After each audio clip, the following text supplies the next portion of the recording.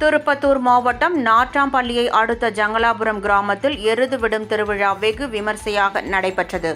இதில் தர்மபுரி, கிருஷ்ணகிரி, திருவண்ணாமலை, மேலூர், திருப்பத்தூர் மாவட்டங்களிலிருந்து 200க்கும் மேற்பட்ட காளைகள் பங்கேற்றன. அனைத்து காளைகளும் கால்நடை மருத்துவ குழுவால் பரிசோதிக்கப்பட்ட பின் போட்டியில் பங்கேற்க அனுமதிக்கப்பட்டன. குறைந்த நேரத்தில் நிர்ணயிக்கப்பட்ட தொலைவை அதிக வேகத்தில் கடந்த காளைகளுக்கு பரிசுகள் வழங்கப்பட்டன. முதல் இடத்தை பிடித்த காளையின் உரிமையாளருக்கு 1 லட்சம் ரூபாயும், 2ஆம் இடம் பிடித்த காளைக்கு 70,000 ரூபாயும் ரொக்க பரிசுகள் வழங்கப்பட்டன.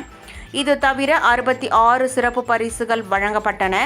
இந்த எருது விடும் திருவிழாவை ஆயிரக்கணக்கானோர் கண்டு களித்தனர். பாதுகாப்பு பணியில் நாட்றாம்பள்ளி போலீசார் ஈடுபட்டனர்.